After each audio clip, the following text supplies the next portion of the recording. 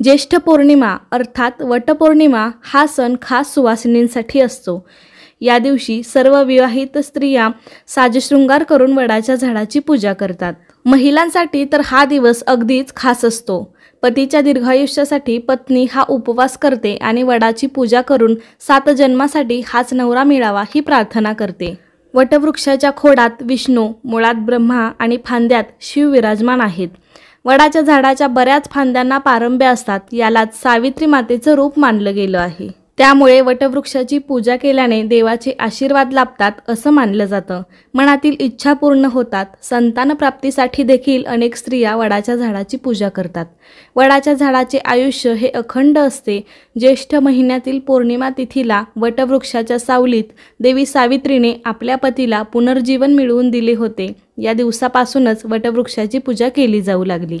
नमस्कार, अन्वीज मराठी कॉर्नर या आपल्या यूट्यूब चॅनेलवरती तुम्हा सर्वांचं पुन्हा एकदा खूप मनापासून स्वागत। आजच्या व्हिडिओमध्ये आपण वडाच्या झाडाची एकदम सोप्या पद्धतीने पूजा कशी करायची, पूजेसाठी लागणारं संपूर्ण साहित्य, पूजा करताना कोणता मंत्र म्हणायचा आणि ही पूजा कशासाठी केली जाते अशी बरीच माहिती आपण आजच्या व्हिडिओमध्ये पाहणार आहोत। त्यासाठी हा व्हिडिओ शेवटपर्यंत पाहायला विसरू नका। त्याआधी चॅनलवर नवीन असाल तर नक्की सबस्क्राइब करा। लगेच व्हिडिओला सुरुवात करूया।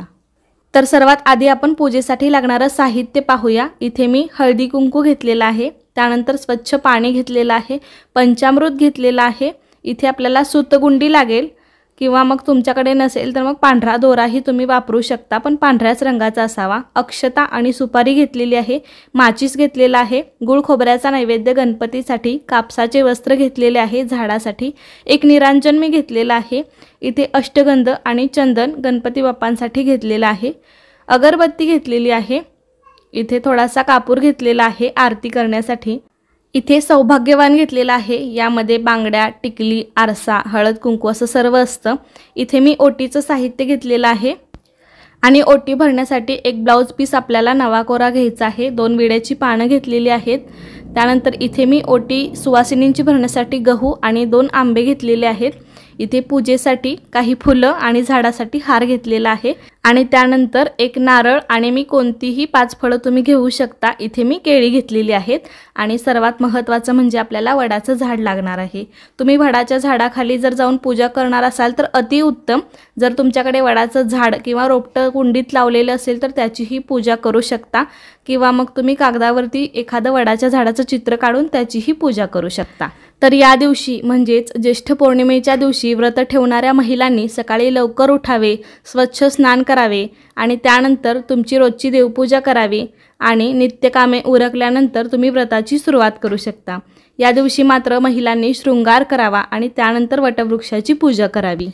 तर या ठिकाणी आता माझ्याकडे वडाचं झाड आहे, तर मी त्याचीच पूजा करून दाखवणार आहे। तुमच्याकडे वडाचं झाड नसेल तर वडाच्या झाडाखाली जाऊन तुम्ही पूजा करा किंवा घरातच वडाच्या झाडाचं चित्र काढून तुम्ही पूजा करू शकता। आणि एका पाटावरती मी स्वच्छ वस्त्र अंथरून त्यावरती वडाच्या झाडाची कुंडी ठेवलेली आहे आणि त्या कुंडीवर ओल्या गंधाने मी स्वस्तिक काढून घेतलेलं आहे आणि इथे मी घरात पूजा करते म्हणून त्या पाटावरती मी दिवा स्थापन करून त्याचीही पूजा केलेली आहे। जर तुम्ही वडाच्या झाडाची पूजा करायला गेलात तर तिथे आधी दिवा प्रज्वलित करून घ्या आणि नंतर पूजेला सुरुवात करा। तर कोणतीही पूजा करताना आपण आराध्य दैवत श्री गणपतीची पूजा करतो, तर सर्वात प्रथम आपण गणपतीची पूजा करून घ्यायची आहे। तुम्ही झाडाच्या बुंध्याशी पूजा करू शकता। इथे मी पाटावरती पूजा करत आहे, जागा नाहीये म्हणून। तर या ठिकाणी मी पाटावरती थोड्या अक्षता ठेवल्या, गणपती म्हणून मी सुपारी ठेवून गणपतीची पूजा केलेली आहे। हळद कुंकू, अक्षता, फूल वाहायचं आहे, गुळ खोबऱ्याचा नैवेद्य आपण गणपतीला दाखवलेला आहे आणि त्यानंतर विडा आपण ठेवायचा आहे। जोड विड्याची पाने आणि सुपारी असा विडा मी झाडाभोवती ठेवलेला आहे आणि त्यावरती देखील हळदी कुंकू आणि अक्षता वाहायच्या आहेत। त्यानंतर आपण वडाच्या झाडाची पूजा करणार आहोत, पण त्याआधी संकल्प असा करायचा की माझ्या पतीला, मला, माझ्या कुटुंबियांना, आम्हाला सर्वांना दीर्घायुष्य लाभू दे आणि निरोगी आयुष्य लाभू दे। तर सर्वात प्रथम आपण झाडाला पाणी घालून घेऊया। त्यानंतर पंचामृत किंवा तुम्ही दूध घेतलं असेल तर ते घालावे।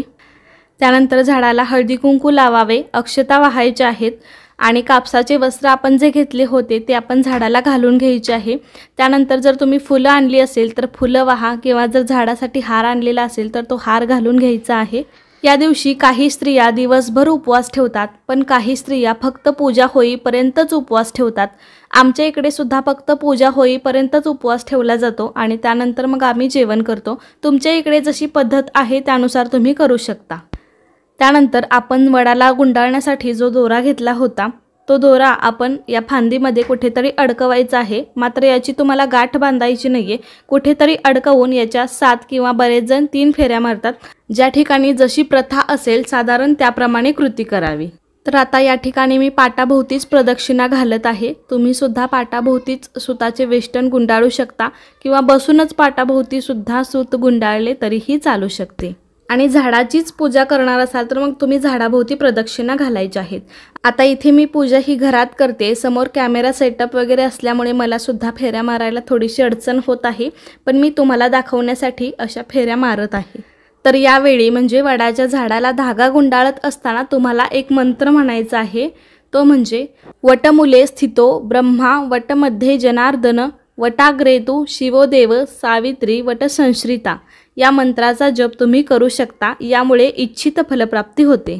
तर या ठिकाणी माझ्याकडे सर्व साहित्य आहे. हे सर्व साहित्य घेऊन मी अगदी विधिवत पूजा केलेली आहे. तुमच्याकडे यापैकी एखादं साहित्य नसेल तरीही चालू शकतं. शेवटी भाव महत्त्वाचा आहे. अर्थातच ज्याच्या मनात जसा भाव तशी त्याची कृती. त्यामुळे आहे तेवढ्या उपलब्ध साहित्यात अगदी मनोभावे पूजा करावी. तर अशा पद्धतीने मी पाटाभोवतीत 7 प्रदक्षिणा घालून घेतलेल्या आहेत. त्यानंतर आपण जे सौभाग्याचं वाण घेतलेलं होतं ते आपण झाडाच्या बुंद्याशी ठेवून घ्यायचं आहे. यामध्ये हिरव्या बांगड्या, टिकली, आरसा, वस्त्र असं सर्व साहित्य असतं. ते तुम्हाला बाजारामध्ये सहज मिळून जाईल. आणि जो आपण ब्लाऊज पीस घेतला होता तो घ्यायचा आहे. त्याच्यावरती नारळ ठेवून नारळाला सुद्धा हळदी कुंकू लावून घ्यायचं आहे. आपण ओटी भरणार आहोत तर ते वडाच्या झाडाच्या बुंद्याशी आपण ही ओटी ठेवायची आहे. त्याच्यावरती ओटीचं सर्व साहित्य आणि तांदूळ आपण घालायचे आहेत.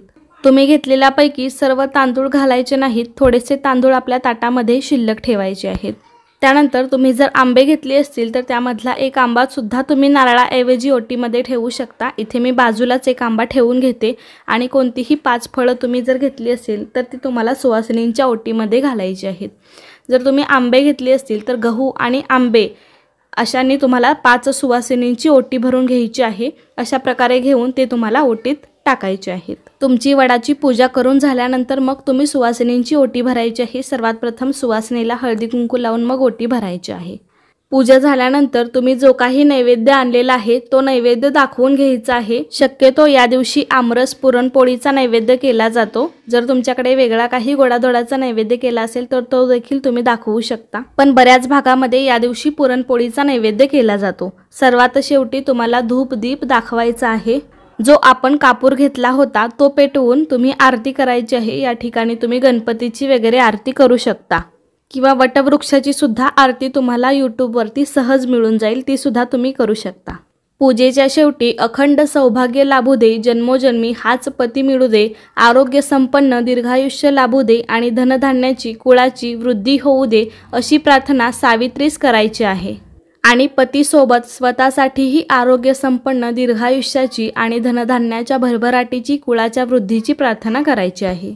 तर अशा प्रकारे या दिवशी आपल्या पतीच्या दीर्घायुष्यासाठी आणि सुखी संसारासाठी दिवसभर उपवास केला जातो आणि अशा प्रकारे वडाच्या झाडाची पूजा केली जाते. आणि पूजा झाल्यानंतरही तुम्ही उपवास सोडू शकता. बऱ्याच ठिकाणी असे केले जाते. तर अशा प्रकारे तुम्ही सुद्धा साजशृंगार करून या दिवशी तुम्ही वडाच्या झाडाची पूजा करा. आणि पूजा झाल्यानंतर आपल्या स्त्रियांचा सर्वात आवडता क्षण म्हणजे फोटो काढणे. तर आपण सर्व स्त्रिया छान अशा आवरलेल्या असतो त्यामुळे सर्वात शेवटी फोटो काढतो.